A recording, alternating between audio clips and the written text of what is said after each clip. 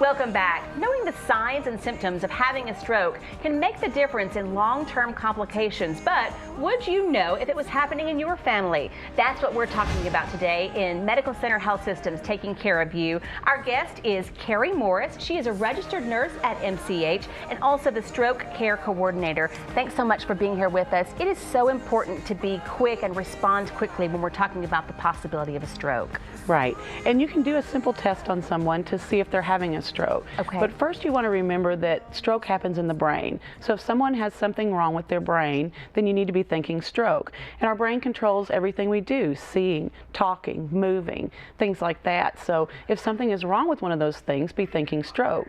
So you'll want to do what we call the FAST assessment. Okay. F stands for face. You would ask someone to smile. And if they only smile with half of their face, they're probably having a stroke. A stands for arms. You would ask them to hold up both arms. And if one arm is falling or drifting or they can't hold it up at all, they're probably having a stroke.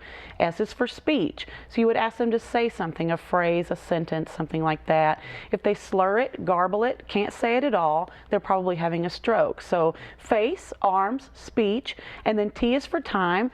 Time to call 911 because brain cells are dying at a very rapid rate, millions every minute. So it's important that we get to the hospital really quickly. And so call an ambulance. I mean, don't put that on yourself to get in the car and try to get to the hospital quickly. Right. If you're driving down the road and something happens to you, you can hurt yourself or, God forbid, someone else. If you are taking a loved one to the hospital and something happens to them while you're en route, what are you going to do?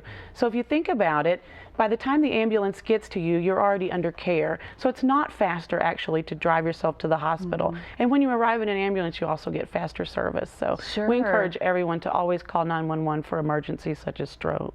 Now, when you talk about treatment, I've heard you say that those first few hours are critical, and that's why we keep talking about respond quickly. Right. There is a treatment for stroke now. There used to not be a treatment. Okay. So there's a drug now that we call TPA, which is also called the clot buster, what some people call it, because a lot of strokes are caused by clots, the same thing that heart attacks are caused by. So if you're able to get in there early and you can give the drug and you can bust the clot open, you can restore circulation back to the brain and sometimes end up with no deficits. But it has to be done early because if you get in there later, the brain tissue actually begins to die. And if you put that drug in there that's, you know, a big strong blood thinner, it's going to cause you to bleed. So it's really important that you come early and you don't ignore it and you just go. Well, this is important information. Next week, we're going to get to talk with a patient who can share her experience, and we sure appreciate this information. Remember that if you remember nothing else today, FAST, if the situation ever happens in your family. Carrie, thank you so much for being here with us today. Helping spread the word. Thank you.